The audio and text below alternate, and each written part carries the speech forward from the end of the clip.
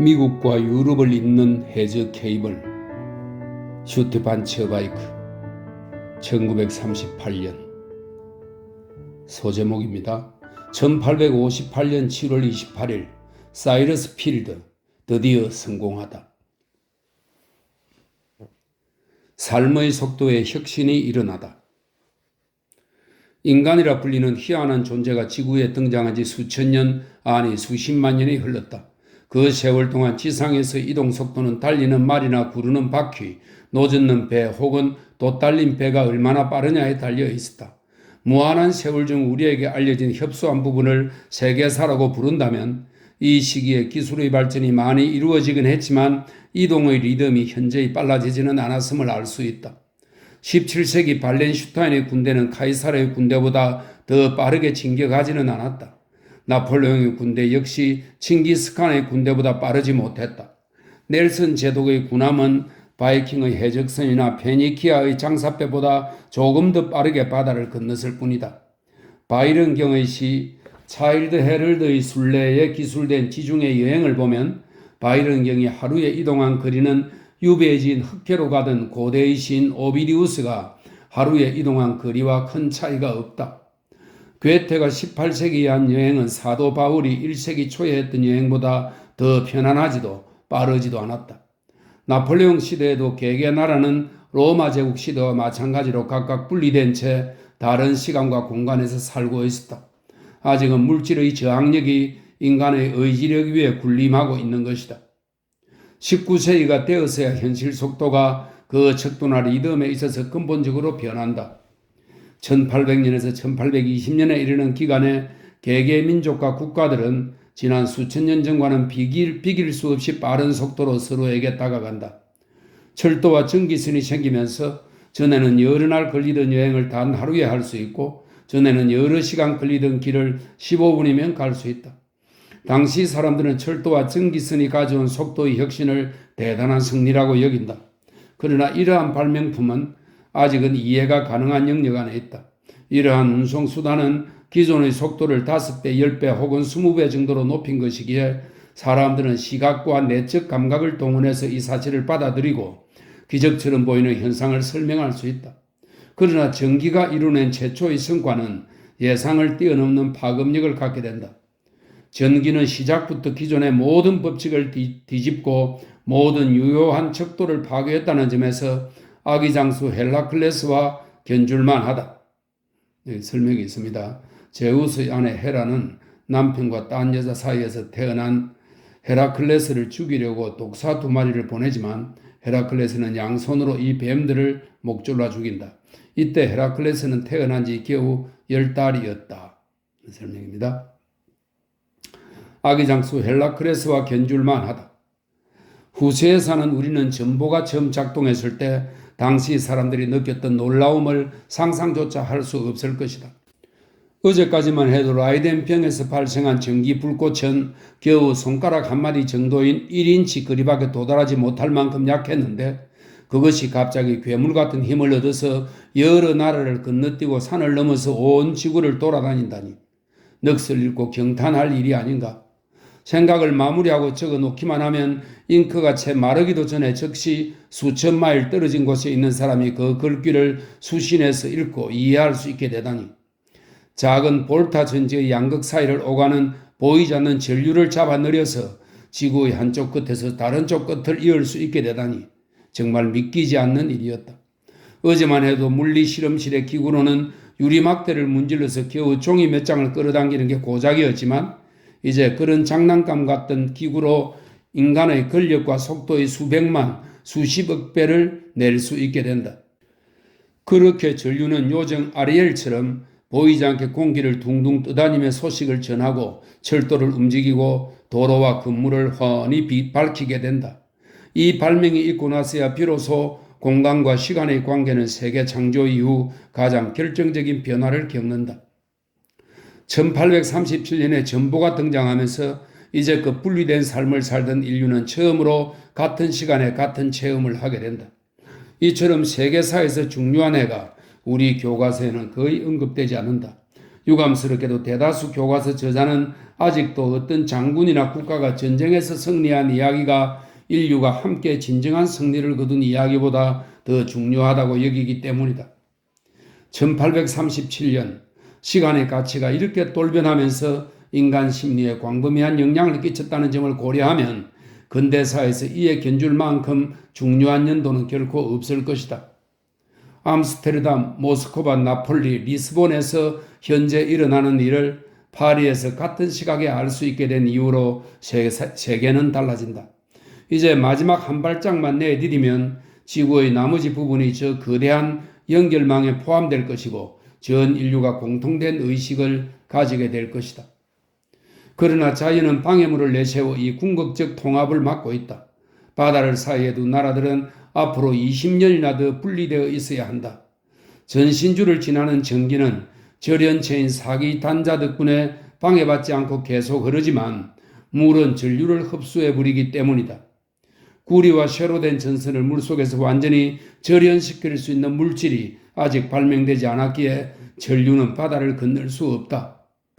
다행히도 진보의 시대답게 다른 분야에서 발명이 이루어진 덕에 해결책이 나온다. 육지에서 전신이 도입된 지 몇 년 후 쿠타페르카란 물질이 물속에서 전선을 절연시키기에 적당하다는 사실이 밝혀진다. 이제 유럽 대륙 넘어 가장 중요한 국가인 영국을 대륙의 전신망과 연결할 수 있게 된다. 브레트라는 기술자가 최초로 통신 케이블을 설치한다. 훗날 블레리오는 같은 장소에서 비행기를 출발시켜 최초로 영국 해협을 건너게 될 것이다. 그러나 어이없는 사고가 일어나는 바람에 케이블 공사가 단번에 성공하지는 못한다. 볼로니오의 한 어부가 몹시 통통한 짱어를 찾았다는 착각에 이미 설치된 케이블을 끊어버렸기 때문이다. 그러나 1851년 11월 13일 두 번째 시도가 성공한다. 이로써 영국이 연결되고 유럽은 비로소 진정한 유럽이 된다. 하나의 뇌와 하나의 심장으로 시대의 모든 사건을 동시에 경험하는 하나의 유럽이 된 것이다. 불과 몇 년 안에 엄청난 성공을 거두자 그 시대 사람들이 엄청난 용기를 갖게 된 건 당연하다. 인류 역사를 놓고 보면 10년이라 눈 깜짝할 사이에 지나지 않는다. 시도하는 쪽쪽 죄다 성공할 뿐 아니라 그 속도도 어마어마하게 빠르다. 몇 년이 지나자 전신망은 영국과 아일랜드를, 덴마크와 스웨덴을, 코르시카 섬과 유럽 본토를 연결한다. 이제는 이집트와 인도까지 통신망에 포함하는 작업이 계획 중이다. 그러나 지구의 한 부분, 그것도 가장 중요한 부분인 미국은 이처럼 세계를 하나로 연결하는 사슬에서 계속 빠질 운명인 듯하다. 대서양이나 태평양 같이 중간 기지를 설치할 것도 없는 넓은 바다를 어떻게 전선 하나로 가로지를 것인가? 그 시대의 전기산업은 아직 걸음마 단계이고 모든 중요한 변수들은 알려지지 않은 상태이다. 아직은 바다의 깊이가 측정되지 않았고 대양의 지질학적 구조에 대한 지식도 부정확하다. 바다 깊이 놓인 전선이 엄청난 조류의 압력을 견뎌낼 수 있을지도 전혀 보장할 수 없다. 설사 끝도 안 보이는 긴 케이블을 바다 깊이 설치하는 것이 기술적으로 가능하다고 해도 철과 구리로 된 2000마일 길이 전선을 실을 크기의 배가 대체 어디 있단 말인가? 전기선으로 적어도 2주 내지 3주가 걸리는 구간에 끊이지 않고 전류를 공급하려면 엄청난 힘을 가진 발전기가 필요한데 어디서 그런 것이 있겠는가? 이렇듯 모든 전제 조건이 미흡하다. 대양 깊숙한 곳에는 자기류가 순환하고 있어서 전류의 방향이 바뀔 수 있다는 사실은 아예 알려지지 않은 상태이다. 충분한 절연제도, 정확한 계측기도 아직 없다. 전기라는 것이 100년을 잠들어 있다가 방금 깨어난 만큼 사람들이 아는 것은 전기의 기본 법칙뿐이다. 그래서 학자들은 대서양 연결 계획이 거론되기만 해도 강하게 반발한다. 불가능한 일이다. 황당무계한 생각이다. 기술자 중 매우 용감한 자들은 어쩌면 나중에는 가능할 수도 있다는 의견이다. 전신을 완성시키는 데 크게 기여한 모스조차도 이 계획을 위험 부담이 큰 도박이라고 본다. 그러고는 예언이라도 하듯 덧붙인다. 대서양을 가로지르는 케이블이 설치되기만 한다면 그것은 한 세기의 가장 위대한 업적이 될 것이다. 기적 혹은 기적과도 같은 일이 이루어지려면 먼저 기적을 믿는 사람이 있어야 한다. 학자들이 주저할 때 어떤 소박한 문외한이 용감히 추진하면 창조 작업에 박차가 가해질 수 있다. 대부분 그렇듯이 여기서도 하나의 단순한 우연이 웅대한 계획의 시동을 건다. 1854년 기즈번이라는 영국 기술자는 뉴욕에서 미국 북동쪽 끝 뉴펀들랜드 섬에 이르는 케이블을 설치하려고 한다. 그렇게만 된다면 구대륙에서 배를 가지고 온 소식을 며칠 더 빨리 신대륙에서 받을 수 있다. 하지만 자금이 다 떨어지는 바람에 사업을 멈출 수밖에 없다. 그래서 그는 자본가를 찾으려고 뉴욕으로 간다. 거기서 아주 우연히 한 젊은 남자와 마주친다. 우연은 진정 수많은 위대한 업적의 아버지이다. 그 젊은 남자는 바로 사이러스 필드이다. 목사의 아들 필드는 버리는 사마다 순식간에 성공한 덕에 젊은 나이에 이미 막대한 재산을 모으고는 한가한 생활을 하고 있다. 하는 일 없이 계속 빈둥거리기에는 너무 젊고 힘이 넘치는 사람이다.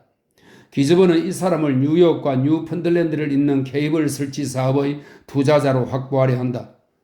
사이러스 필드는 결과를 놓고 보면 다행스럽게도 기술자도 아니고 전문가도 아니다. 그는 전기에 관해서 아는 게 없고 케이블이란 것을 본 적도 없다. 그러나 그의 혈관에는 목사의 아들답게 열렬한 믿음이 흐르고 미국인답게 무모한 모험을 즐기는 기질이 흐른다. 전문 기술자인 기즈번은 뉴욕과 뉴펀들랜드를 연결하겠다는 눈앞의 목표만을 보지만 젊고 정열에 넘치는 필드는 즉시 그 이상을 내다본다. 그렇다면 바로 해저 케이블로 뉴펀들랜드를 아일랜드와 연결해도 되지 않을까? 사이러스 필드는 모든 장애를 극복하겠다는 단호한 기세로 즉시 작업에 착수한다. 이후 목적을 이룰 때까지 31번이나 대서양을 건너 신구 대륙을 오갈 것이다.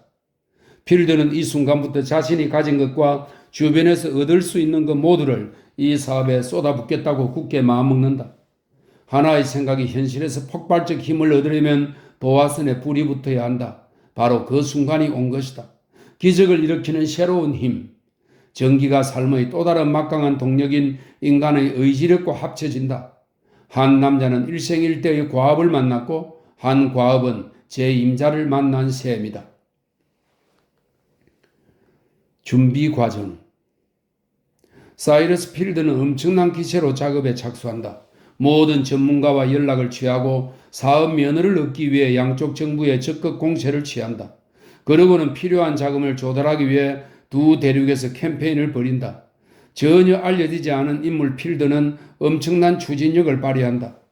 기적을 일으키는 새로운 힘인 전기에 대한 그의 확신과 믿음이 너무나 강렬하기 때문이다. 그 결과 며칠 만에 영국에서 35만 파운드의 기본 자금을 확보한다. 리버풀과 맨체스터, 런던의 부유한 상인들에게 전신망 건설 및 관리 회사를 설립하자고 제안을 하자마자 돈이 굴러 들어온다.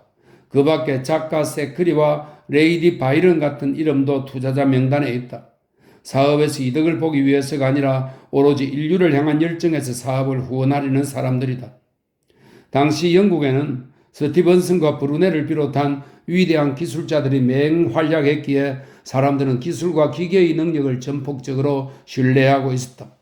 그렇지 않았더라면 지독히 공상적인 사업에 참여해달라는 요청에 단번에 금액을, 그것도 유사시 보상조항도 없이 내놓지는 않았을 것이다.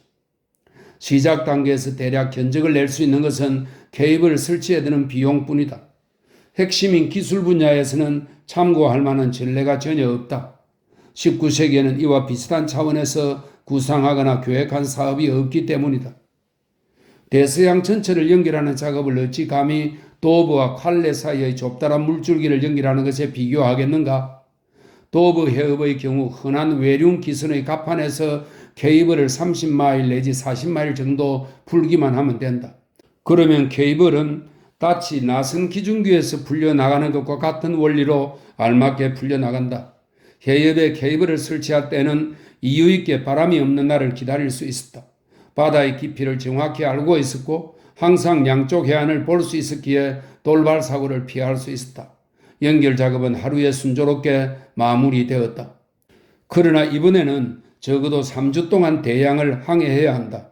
100배나 길고 100배나 무거운 케이블 더미를 3주 내내 갑판 위에 내놓고 몰아치는 비바람을 맞힐 수는 없는 노릇이다. 게다가 쇠와 구리, 쿠타페르카로 이루어진 거대한 꾸러미를 실을 만한 큰 배가 현재 단 한 척도 없다. 이 거대한 무게를 감당할 만큼 튼튼한 배도 없다. 적어도 배가 두 척은 있어야 하고 본선 두 척을 다른 배들이 호위해야 한다. 보조선들은 최단 코스를 정확히 안내하고 유사시에 본선을 지원하는 역할을 맡아야 한다. 영국 정부는 이 일을 위해 아가멤논호를 제공한다. 가장 큰 전함 중 하나이며 크림 전쟁 중 세바스토폴 전투에서 선봉 함선 역할을 한 바 있다. 미국 정부는 5,000톤 군함 나야가라호를 내놓는다. 그러나 이 두 척은 우선 내부 구조를 변경해야 한다. 그래야만 두 대륙을 이을 끝없이 긴 케이블을 절반씩 나누어 실을 수 있다. 물론 제일 중요한 문제는 케이블을 만드는 일이다. 두 대륙을 잇는 어마어마한 탯줄은 상상을 초월하는 기준을 충족시켜야 한다. 케이블은 쇠심줄처럼 질겨서 끊어질 위험이 없어야 하는 한편 탄력이 있어야 한다. 그래야만 쉽게 설치할 수 있다. 모든 압력과 무게를 견딜 만큼 탄탄하면서도 비단실처럼 솔솔 풀려나가야 한다. 묵직해야 하지만 비대해서는 안 된다. 견고하면서도 정밀한 케이블만이 극히 미세한 전파를 2,000마일 거리를 넘어서 전달할 수 있다. 이 거대한 동아줄 어딘가에 아주 작은 흠이나 울퉁불퉁한 데가 있으면 전파는 통상 14일 걸리는 길을 단번에 주파하는 기적을 행할 수 없게 된다.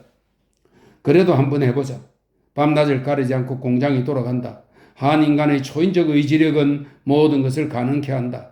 이 탯줄 하나를 만들기 위해 수많은 광산에서 캐낸 쇠와 구리가 동원되고 엄청나게 긴 줄을 쿠타페르카로 감싸기 위해서 모든 고무나무 숲에서 수액을 짜내야 한다. 드디어 36만 7천 마일 길이의 전선이 단 한 줄의 케이블로 태어난다. 지구를 13바퀴나 감을 수 있고 지구와 달을 연결하고도 남을 길이이다. 사업의 규모가 얼마나 엄청난지를 아주 명료하게 보여주는 사실이 아닐 수 없다.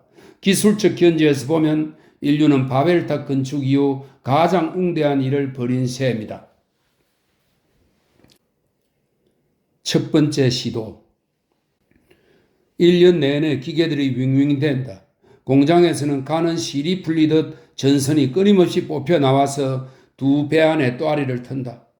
수천 번, 수만 번 또아리를 털더니 드디어 케이블은 두 척의 배에 절반씩 나뉘어 실린다. 덩치가 큰 새 기계들도 배에 실린다. 브레이크와 후진 장치가 달린 기계인데 1주 내지 2주 혹은 3주 동안 쉬지 않고 케이블을 대서양 깊이 내려보내도록 제작되었다. 모스를 비롯한 최고의 전기기술자들이 배에 오른다. 케이블을 설치하는 동안 전류가 멈추지 않고 흐르는지를 측정기구로 조사하기 위해서이다. 콜럼버스와 마젤란 이후 가장 흥미진진한 항해를 글과 그림으로 묘사하기 위해 기자와 사파가들이 몰려든다. 드디어 출발할 시간이다. 지금까지는 회의론자들이 우세했지만 이제 영국 전체가 이 사업에 열렬한 관심을 기울인다. 1857년 8월 5일 아일랜드의 작은 항구 발렌시아에서는 수백 척의 작은 배들이 케이블 함대를 에워싼다. 배에 실린 케이블의 한쪽 끝을 해안으로 가지고 와서 유럽의 땅에 연결하는 역사적 순간에 동참하기 위해서이다. 어느새 작별은 성대한 파티가 되어버린다. 정부가 파견한 대표가 축사를 한다. 목사는 감동적인 말로 이 대담한 시도를 신이 축복해 주시기를 기원한다. 오 영원한 하나님, 오직 당신만이 하늘을 여시고 노한 바다를 다스리시며 바람과 파도를 거느리시나이다. 부디 자비로이 이 당신의 종들을 굽어 살피소서. 이 중요한 일이 이루어지는 것을 막는 모든 장애물을 물리쳐 주시고 모든 위험을 없애 주소서. 그러고는 수천 명에 달하는 해안가에 선 사람들과 배를 탄 사람들이 손과 모자를 흔들며 배웅한다. 서서히 육지는 멀어진다. 인류가 품은 대담한 꿈 중 하나가 현실이 되려는 순간이다. 불운한 사고. 원래 계획은 아가멤논호와 나이아가라호가 각각 케이블을 절반씩 나누어 싣고 미리 계산해둔 대양의 중간 지점까지 함께 항해한 후 거기서 케이블을 연결하려는 것이었다. 그러고 나서 한 척은 뉴플랜드를 향해 서쪽으로, 다른 한 척은 아일랜드를 향해 동쪽으로 가면 된다. 그러나 이 값비싼 케이블 전부를 첫 번째 시도에 사용한다는 건 지나친 도박인 듯 했다. 그래서 책임자들은 먼 거리에서도 해저 전선이 제대로 작동하는지 먼저 확인하기 위해 육지에서 가까운 구간부터 전선을 설치하기로 했다. 두 배 중 나이아가라호가 육지에서부터 바다 중간 지점까지 케이블을 설치할 임무를 맡는다. 미국 군함은 마치 거미가 된 듯 거대한 몸집에서 뽑아낸 실을 계속 뒤로 흘리며 천천히 조심스럽게 목적지를 향해 나아간다.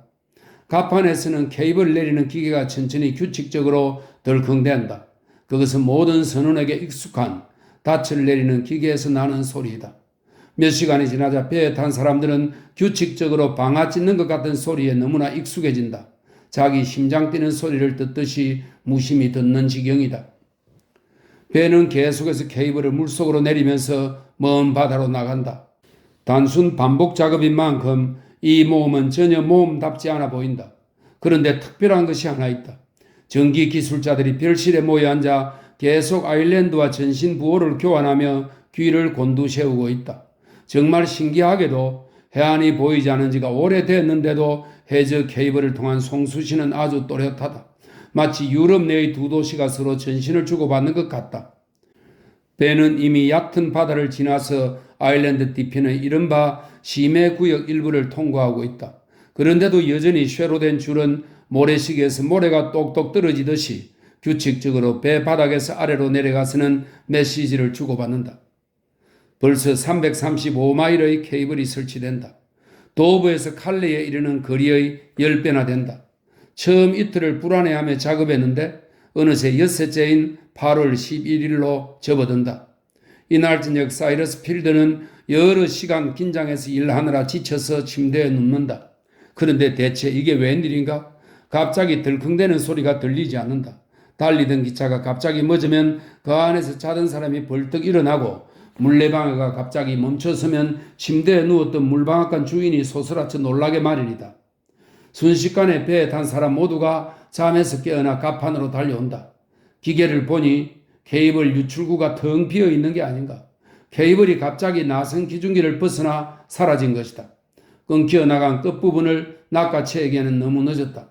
깊은 물속으로 사라진 케이블을 찾아내어 끌어올리는 건 아예 불가능한 일이다. 끔찍한 일이 벌어졌다. 사소한 기술적 결함으로 인해 여러 해에 걸친 작업이 물거품이 되어버린 것이다. 기세등등하게 출발했던 이들은 패배자가 되어 영국으로 돌아온다. 영국에서는 이미 나쁜 소식을 예상하고 있었다. 갑자기 모든 신호와 부호가 멈췄기 때문이다. 또 한 번 불행한 사고를 겪다. 사이러스 필드만이 아무런 동료 없이 영웅의 기질을 지닌 사업가답게 손익을 따져본다. 이런 것은 무엇인가? 300마일 길이의 케이블과 대략 10만 파운드의 주식 자금이다. 어쩌면 그가 제일 안타깝게 여긴 건 1년을 꼬박 기다려야 한다는 사실일 것이다.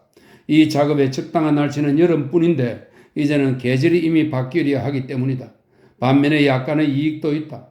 처음 시도해서 실전 경험을 쌓을 수 있었다는 점이다. 케이블 자체는 문제가 없음이 입증되었으니 잘 감아서 다음 시도를 위해서 저장해 두면 된다. 끔찍한 사고의 원인이 된 케이블 유출기만 바꾸면 된다. 기다리며 사전 작업을 하다 보니 어느새 1년이 지나간다.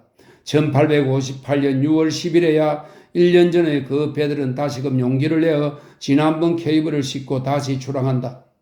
첫 번째 항해에서 전신 부호 전달이 아무런 문제없이 작동한다는 것을 확인했기에 이번에는 바다 한가운데에서 양편의 육지까지 케이블을 설치하는 원래의 계획으로 돌아간다. 그러니 항해의 첫 며칠 동안은 할 일이 없다. 7일이 지나야만 미리 지정된 장소에 가서 케이블을 설치하는 본격적인 작업을 시작할 수 있다. 그때까지는 유람선을 탄 것과 다를 바 없다. 기계를 쓸 일이 없으니 선원들은 푹 쉬며 화창한 날씨를 즐기면 된다. 하늘에는 구름 한 점 없고 바다는 지나칠 정도로 고요하다. 사흘째 되는 날 아가멤논호의 선장은 은근히 불안해진다. 기압계를 보니 수원주가 무수리만치 급속도로 내려가고 있지 않은가? 굉장한 악천후가 다가오는 게 분명하다. 정말로 나흘째 되는 날 정말 폭풍이 들이닥친다. 산전수전 다 겪은 선원들조차 대서양에서 이런 강도의 돌풍을 겪는 적은 드물 것이다. 불행하게도 이 폭풍은 영국배 아가멤논호를 강타한다. 이 배 자체는 모든 항해와 전쟁에서 온갖 힘겨운 역경을 이겨낸 우수한 선박이다. 영국 해군의 선봉 함선 노릇까지 했으니 이 정도 악천 후에는 끄떡 없어야 한다. 하지만 불행하게도 이 배는 엄청난 분량의 케이블을 싣기 위해서 모조리 개조된 상태이다. 보통 화물선이라면 짐을 화물칸에 골고루 실어서 무게를 분산시켰지만 아가멤논호는 그럴 수 없다. 배의 중앙에는 케이블이 감긴 거대한 실패가 실려 있고 화물 일부만이 배 앞쪽에 자리를 잡고 있다. 그래서 사태는 더 나빠진다. 배가 파도를 타고 오르락 내리락 하는 폭이 곱절이 되어버린다. 고양이가 쥐를 데리고 놀듯 악천후는 아가멤논호를 움켜쥐고 온갖 아찔한 장난을 친다. 오른쪽으로 당겼다가 왼쪽으로 밀치는가 하면 앞으로 당겼다가 뒤로 밀치면서 배를 45도 각도로 들어올린다. 성난 파도가 갑판을 덮치며 온갖 것을 죄다 부셔버린다. 게다가 재앙이 또 닥친다. 집채 같은 파도가 들이닥치며 배를 바닥부터 돛대까지 뒤흔들자 갑판 위에 석탄 저정고가 무너져 내리며 검은 우박이 내린다. 그렇잖아도 상처 입고 기진맥진해 있는 선원들에게 석탄이 돌멩이처럼 쏟아진다. 넘어져 다친 사람도 있고 부엌에서 솥이 뒤집히는 바람에 끓는 물에 댄 사람도 있다. 폭풍이 열흘째 계속되자 선원 한 사람은 미쳐버린다. 사람들은 극단적 조치를 생각한다. 저 빌어먹을 케이블 중 일부를 내 던지자는 것이다. 다행히도 선장은 그런 일을 한다면 책임을 지지 않겠다고 거절한다. 옳은 선택이다. 아가멤논호는 이루 말할 수 없는 시련을 겪은 끝에 열흘에 걸친 폭풍을 이겨낸다. 그리고는 많이 늦기는 했지만 케이블 설치를 시작하기로 약속한 장소에서 다른 배들과 만난다. 그러나 이제 케이블이 말썽이다. 수천 번 휘감긴 전선은 값지고 민감한 화물인 만큼 계속 이리저리 부대끼면서 심한 손상을 입었다. 전선들은 몇 군데에서는 이미 얽혀버렸고 전선을 감싼 구타페르카가 닳거나 찢겨 나갔다. 성공을 확신하지 못하면서도 사람들은 케이블을 설치해 본다. 그러나 200마일 정도의 케이블만 바다에 내버린 꼴이 된다. 필드는 다시금 케이블 설치를 포기하고 성자가 아닌 패자가 되어 돌아가야 하는 처지이다. 세 번째 시도. 이미 이 불행한 소식을 들은 런던의 주주들은 창백한 얼굴로 그들을 수령으로 인도한 지도자 사이러스 필드를 기다리고 있다. 주식 자본의 절반이 이 두 번의 항해에 쓰였지만 증명된 것도 없고 이루은 것도 없다. 주주들 대부분이 이제 그만하자라고 말한 것도 이해가 된다. 회사 대표는 아직 건질 수 있는 자본만이라도 건지자고 제안한다. 사용하지 않은 나머지 케이블을 배에서 내려서 어쩔 수 없다면 손해를 보더라도 팔아버립시다. 그러고는 대서양을 연결하겠다는 이 황당한 계획을 접읍시다. 부대표는 대표에게 동의하며 더는 이 황당한 사업에 동참하지 않겠다며 서면으로 사표를 제출한다. 그러나 이상주의자 사이러스 필드는 완강히 물러서지 않는다. 잃어버린 것은 없습니다. 케이블 자체는 훌륭하게 시험에 합격했습니다. 새로 시도하기에 충분한 양의 케이블이 배에 있습니다. 함대가 있고 선원들이 대기 중입니다. 지난번 항해에서 드문 악천후를 겪었으니 이제 당분간은 맑고 바람이 잔잔한 날들이 이어질 것입니다. 용기를 냅시다. 한 번만 더 용기를 내면 됩니다. 지금이 아니면 다시는 모험을 감행할 기회조차 없을 겁니다. 주주들은 불안해하면서 서로 마주본다. 마지막 남은 돈까지 이 바보를 믿고 맡겨야 하나? 하지만 언제나 강한 의지력을 가진 사람 하나가 주저하는 사람 여럿을 끌고 가는 법이다. 사이러스 필드는 다시 출항을 감행한다.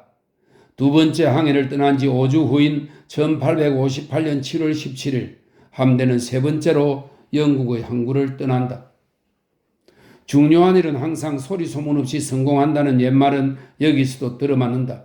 이번에 함대는 아무런 관심을 받지 못하고 출발한다.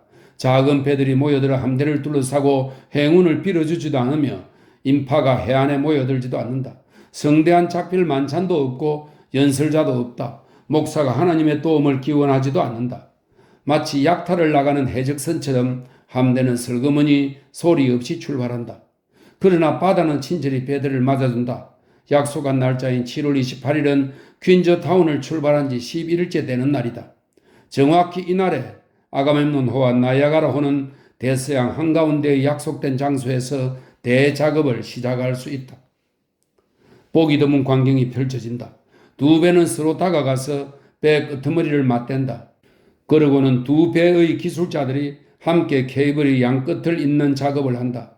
아무런 의식도 치르지 않는 건 물론이고 배에 탄 사람들조차 이 과정에 특별한 관심을 보이지 않는다. 그들은 성공하지 못할 일을 하는데 신물이 난 지 오래다. 그들은 쇠와 구리로 된 줄을 두 배 사이의 대서양 깊숙이 집어넣는다. 케이블은 아직 그 깊이를 재어본 적도 없는 심해의 맨 밑바닥까지 내려가야 한다. 그런 다음 두 배에 탄 사람들은 갑판에서 작별하고 깃발로 인사를 건넨다. 이제 영국 배는 영국으로, 미국 배는 미국으로 출발한다. 무한한 대양에서 두 개의 점이 움직이며 서로 멀어지지만 케이블은 이 두 점을 계속 연결해준다. 인류 역사상 처음으로 두 배가 서로 보지는 못해도 바람과 파도를 넘고 먼 거리를 넘어서 통신할 수 있다. 매 시간 배 한 척은 대양 깊이에서 작동하는 전기 신호로 케이블을 몇 마일 설치했는지를 알린다. 그때마다 다른 배 역시 쾌청한 날씨 덕분에 같은 분량의 작업을 완수했다고 답변한다. 그렇게 하루가 지나고 이틀, 사흘, 나흘이 지난다. 8월 5일 마침내 나이아가라호는 뉴펀들랜드의 트리니치 만에 들어왔으며 미국 해안이 보인다고 전한다. 1300마일이 넘는 케이블은 이미 설치되어 있다.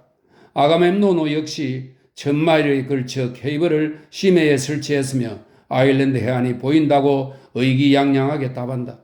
처음으로 사람들은 한 대륙에서 다른 대륙으로, 아메리카에서 유럽으로 말을 전할 수 있게 된 것이다. 그러나 이런 일이 가능하다는 걸 아는 건 두 척의 배에 탄 수백 명의 사람이 전부다. 세상은 이미 오래전에 이 모험을 잊었기에 전혀 아는 바가 없다. 이들을 맞이하는 사람은 뉴펀들랜드에도 아일랜드에도 없다. 하지만 새로 설치된 해저 케이블이 지상 케이블과 연결되기만 한다면 곧바로 전 인류는 모두 함께 엄청난 승리를 거두었음을 알게 될 것이다. 국민 영웅 사이러스 필드. 이 기쁜 소식은 마른 하늘에 날벼락치듯 갑작스럽게 들이닥친다. 그런 만큼 반응은 폭발적이다. 8월 초 구대륙과 신대륙은 거의 동시에 작업이 성공했다는 소식을 듣는다. 그 반향은 말로 표현할 수 없을 정도다. 평소에는 몹시 진중하던 영국의 타임즈가 다음과 같은 머리 기사를 쓴다. 인간의 활동 영역을 엄청나게 넓혔다는 점에서 콜럼버스의 신대륙 발견과 견줄 수 있는 대사건이다. 런던은 엄청난 흥분 상태에 빠진다.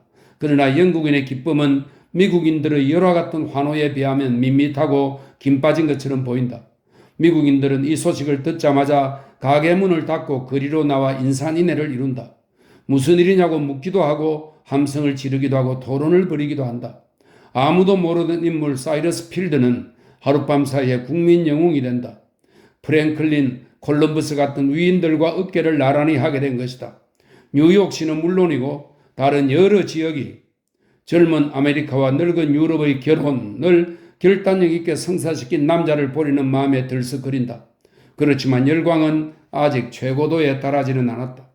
케이블이 설치되었다는 무미건조한 보고 말고는 아직 아무 일도 일어나지 않고 있기 때문이다.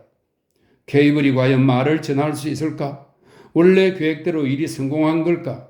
도시 전체가, 아니 나라 전체가 최초의 말 한마디가 대서양을 건너오기를 기다리며 귀를 쫑긋 세우고 있다니 대단한 광경이 아닐 수 없다. 영국 여왕이 제일 먼저 축하의 메시지를 전하리라는 것을 다들 알고 있기에 사람들은 시간이 갈수록 애타게 메시지를 기다린다.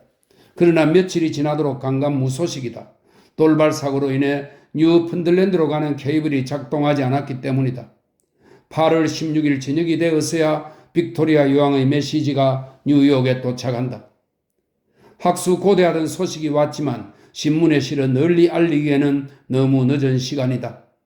이 메시지는 일단 여러 전신국 사무소와 신문사 편집국에 전송된다. 그러자 금세 엄청난 인파가 모여든다. 신문 배달원은 혼잡한 인파를 헤집고 다니느라 다치고 옷을 찢긴다. 극장과 식당에 있던 사람들도 이 소식을 듣는다. 많은 사람은 전보가 가장 빠른 배보다도 며칠 앞서 소식을 전한다는 사실을 아직도 이해하지 못하지만 이토록 평화로운 승리를 거둔 영웅들을 태운 나이아가라호를 맞이하기 위해 브루클린 항구로 몰려온다. 다음 날인 8월 17일 신문들은 다음과 같은 기사 제목을 대문짝만하게 활자로 찍어낸다. 케이블 완벽하게 작동하다. 기뻐 날뛰는 시민들. 도시 전체가 열광의 도가니. 전 세계가 축제를 벌일 시간. 유례없는 승리이다. 지구상의 생각이란 것이 존재한 이래 처음으로 하나의 생각이 본래 속도 그대로 바다를 건너온 것이다. 미 합중국 대통령이 여왕에게 답신을 보냈다는 사실을 공고하는 자리에서 포병대는 백발의 축포를 쏘아올린다. 이제 아무도 해저통신의 존재를 의심할 수 없다. 저녁에는 뉴욕을 비롯한 여러 도시가 수만 개의 등불과 횃불을 환히 밝히는 바람에 모든 창문이 환히 빛난다. 이 와중에 화재가 발생해서 시청의 원형 지붕이 타버리지만 사람들의 기쁨은 여전하다. 다음 날에는 새로운 축제가 벌어진다. 나이아가라호가 도착한 것이다. 위대한 영웅 사이러스 필드가 돌아왔다. 사람들은 승리감에 들떠서 남은 케이블을 싣고 도시 곳곳을 행진한다. 기술자 팀은 극진한 대접을 받는다. 날마다 태평양에서 멕시코만에 이르는 모든 도시가 이러한 행사를 되풀이한다. 마치 미 대륙이 두 번째로 발견된 것처럼 온 나라가 축제를 벌인다. 그러나 이걸로는 충분치 않다. 진짜 개선 행렬은 훨씬 더 웅대해야 한다. 신대륙에서 여태 치렀던 행사 중 가장 성대한 행사가 될 것이다. 준비하는 데만 2주가 걸릴 정도이다. 8월 31일 도시 전체가 오직 한 사람 사이러스 필드만을 위한 축제를 벌인다. 카이사르가 황제로 군림하던 시대 이후로 한 국민이 개선 장군을 위해 이와 같은 축제를 벌인 적이 또 있을까? 화창한 가을날 긴 축제 행렬이 모습을 드러낸다. 도시의 한쪽 끝에서 다른 한쪽 끝까지 가는 데만 6시간이 걸릴 만큼 긴 행렬이다. 크고 작은 깃발을 앞세운 연대들이 먼저 국기로 장식된 거리를 행진한다. 친목단체와 합창단, 노래패와 소방대, 학생과 퇴역 군인 등이 끝이 보이지 않는 행렬을 이루며 뒤따른다. 행진할 수 있는 사람은 모두 다 행진한다. 노래할 수 있는 사람은 모두 다 노래한다. 환호할 수 있는 사람은 모두 다 환호한다. 사이러스 필드는 고대 로마의 개선 장군처럼 4마리 끄는 마차에 타고 있다. 두 번째 마차에는 나이아가라 호의 선장이, 세 번째 마차에는 미 합중국 대통령이 타고 있다. 시장과 정부 관리들, 교수들이 그 뒤를 잇는다. 간단한 인사말이 있고 나서 만찬이 있고 횃불 행렬이 있다. 교회 종이 울리고 축포가 발사된다. 제2의 콜럼버스가 된 필드는 끝도 없는 환호의 물결에 에워싸인다. 사이러스 필드, 그는 구세계와 신세계를 하나로 합치며 공간의 한계를 이겨낸 인물이다. 이 순간 미국에서 가장 유명한 사람이며 신처럼 대접받는 사람이다. 사기꾼으로 매도되다. 이날 수천, 아니 수백만 명이 목청껏 소리치며 환호한다. 그런데 제일 중요한 존재 하나가 이상하게도 축제 내내 침묵을 지키고 있다. 바로 전신기이다. 사이러스 필드는 환호성이 하늘을 찌르는 중에도 이 끔찍한 진실을 예감한 듯하다. 하필이면 축제의 날에 대서양 케이블이 작동을 중지했다는 것을 혼자만 알고 있었으니 정말 괴로웠을 것이다. 케이블은 이미 며칠 전부터 해독할 수 없는 어수선한 신호들을 보내왔다. 그러더니 단말마의 신음을 내뱉고는 마침내 숨을 거두고 만다. 전신기가 점차 작동을 멈추었다는 사실을 아는 사람은 미국에서는 뉴펀들랜드에서 전보의 수신을 관리하는 몇몇 직원뿐이다. 이들은 뜨겁게 열광하고 환호하는 대중에게 쓰라린 사실을 알릴 엄두를 내지 못한다. 그러나 곧 사람들은 메시지가 아주 드물게 오고 있음을 알아챈다. 미국인들은 매 시간 새 메시지가 대양을 건너 올 거라고 기대했는데 가끔 무슨 말인지 알 수 없는 소식이 올 뿐이다. 오래지 않아 이런 소문이 퍼진다. 더 나은 송수신을 하려는 마음에 성급해진 기술자 팀이 지나치게 강한 전류를 내보내는 바람에 가뜩이나 용량이 부족하던 케이블이 망가졌다는 얘기다. 사람들은 곧 고칠 수 있으리라고 낙관한다. 하지만 신호는 점점 더 불확실해지더니 급기야는 이해할 수 없을 정도가 되어버린다. 다음 날인 9월 1일 아침, 사람들은 아직 축제 분위기에 빠져 있지만 명료한 소리나 제대로 된 진동은 더는 바다를 건너오지 못한다. 마음껏 열광하는 대중에게 찬물을 끼얹은 사람, 모두의 기대를 배신하고 실망을 안겨주는 사람은 결코 용서받지 못한다.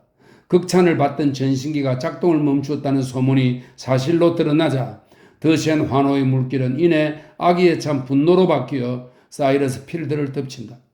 지은 죄는 없다 해도 뉴욕시와 미 합중국과 세계를 속였으니 죄인이 맞다. 뉴욕 사람들은 그가 오래전부터 전신기가 망가진 것을 알고 있으면서도 이기적인 심보로 사람들이 환호하도록 내버려 두고 그 사이 자기가 가진 주식을 팔아서 엄청난 이익을 챙겼다고 주장한다. 더 심한 중상모략도 있다. 그중 가장 황당한 모략에 따르면 사건의 경위는 이렇다. 대서양 전시는 아예 단 한 차례도 제대로 기능하지 않았다. 모든 메시지는 허황한 사기극에 불과하다. 여왕의 전부는 대서양을 건너온 게 아니라 미리 써놓은 것이다. 그동안 정말 독해가 가능한 상태로 대서양을 건너온 메시지는 단 하나도 없었다. 관리자들이 자신들의 추측으로 엉터리 부호들을 끼워 맞춰서 소설을 짓듯 전보를 지어냈을 뿐이다. 엄청난 스캔들이 터진 셈이다. 어제만 해도 가장 요란스럽게 환호했던 사람들이 오늘은 가장 격하게 분노한다. 뉴욕 시민과 미국 국민은 지나치게 열을 올리며 성급히 열광에 빠졌던 것을 수치스러워한다. 사이러스 필드는 이 분노의 제물이 될 수밖에 없다. 어제만 해도 국민의 영웅이자 위인이라 불리며 프랭클린에 필적하는 인물이며 콜럼버스의 후예라고 추앙받던 사람이 옛날 친구들과 숭배자들을 피해서 범죄자처럼 숨어야 하는 처지가 된다. 하루 만에 최고 자리에 오르더니 하루 만에 모든 걸 잃게 된다. 필드는 끝없이 추락하며 자본을 잃고 신용을 잃는다. 무용지물이 된 케이블은 전설에 나오는 흉물스러운 뱀처럼 보이지 않는 깊은 바다에 누워있다. 마지막 글입니다. 6년을 침묵하다. 케이블은 무려 6년을 사람들의 기억에서 사라진 채 하는 일 없이 대양바닥에 도사리고 있다. 구대륙과 신대륙은 짧은 시간 서로 맥박을 같이 한 후 6년 내내 예전처럼 냉랭하게 침묵하는 사이로 돌아간다. 미국과 유럽은 수백 마디 말이 오가는 동안에는 호흡을 같이 할 만큼 가까웠지만 이제 다시 수천 년 전처럼 먼 거리를 극복하지 못한 채 떨어져 지내게 된다. 19세기를 통틀어 가장 대담한 교획인 해저 케이블이 어제는 거의 현실이 되는가 싶더니 다시 동화 속 허무맹랑한 이야기가 되어버린다. 당연히 아무도 절반의 성공에 그친 작업을 다시 시도하려 들지 않는다. 끔찍한 실패를 겪은 후 다들 지쳤고 열의를 잃었기 때문이다. 미국에서는 남북전쟁이 벌어지는 바람에 다른 데 관심을 쏟을 여유가 없다. 영국에서는 수시로 위원회가 열리기는 한다. 해저 케이블이 원칙적으로 가능하다는 간략한 주장을 확인하는 데만 꼬박 2년이 걸린다. 그러나 누구도 이 학술적 판단을 실행에 옮길 엄두를 내지 못한다. 6년 동안 모든 작업은 완전히 정지되고 바다 깊숙이 설치된 케이블은 잊힌다. 6년은 거대한 역사의 공간 안에서는 찰나에 불과하지만 전기처럼 전혀 새로운 학문의 경우 천년과 같다. 매년 아니 매달마다 전기 분야에서는 새로운 발명이 잇따른다. 발전기는 더욱 강력해지며 더 정밀히 작동한다. 그 용도가 점점 다양해지고 장치들은 점점 정교해진다. 이미 모든 대륙의 구석구석에 전산망이 깔린다. 지중해에 케이블이 설치되면서 아프리카와 유럽이 연결된다. 대서양에 케이블을 설치하는 계획은 오랫동안 허무맹랑한 환상으로 여겨졌지만 해가 갈수록 그런 생각은 줄어든다. 새 시도를 하지 않을 수 없는 순간이 온다. 해묵은 계획에 새로운 에너지를 불어넣을 사람이 없을 따름이다. 그런데 갑자기 그 일을 할 사람이 나타난다. 누군가 보니 낯익은 얼굴이다. 사이러스 필드. 아무 말 못하고 숨어 삶에 악의에 찬 사람들의 경멸을 견디던 바로 그 사람이 예전과 다름없는 믿음과 낙관을 품고 불사도처럼 등장한다. 그는 30번째로 대서양을 건너 런던의 모습을 드러낸다. 그러고는 예전에 받은 허가를 추진하기 위해 60만 파운드의 자본을 얻어낸다. 어마어마한 화물을 혼자 나를 수 있는 대형 선박을 오랫동안 꿈꾸어 왔는데 이제 그 꿈도 이루어진다. 이전바 브루넬이 만든 그 유명한 그레이트 이스트노는 굴뚝이 내달린 22,000톤급의 배이다. 믿기지 않겠지만 1865년에 이 배를 쓰려는 사람은 하나도 없다. 이 배 역시 지나치게 시대를 앞서서 대담하게 설계되었기 때문이다. 필드는 이틀 만에 배를 사서 이번 사업에 맞게 설비한다. 전에는 너무도 어렵던 일들이 이번에는 모두 수월하다. 1865년 7월 23일 이 거대한 배는 새 케이블을 싣고 템스강을 등진다. 목표 지점에 도달하기 이틀 전 케이블이 끊어지는 바람에 첫 시도는 실패한다. 또 한 차례 대서양은 60만 파운드의 돈을 개걸스럽게 삼켜버린다. 그러나 기술자들은 이미 자신들의 역량을 확신하기에 풀이 죽지 않는다. 1866년 7월 13일 그레이트 이스트노는 두 번째 항해를 떠나서 작업을 성공적으로 마친다. 이번 케이블은 또리엇이 알아들을 수 있게끔 유럽으로 말을 전한다. 며칠 후 전에 잃어버린 케이블도 찾아낸다. 이제는 두 줄의 케이블이 구대륙과 신대륙을 하나의 세계로 연결한다.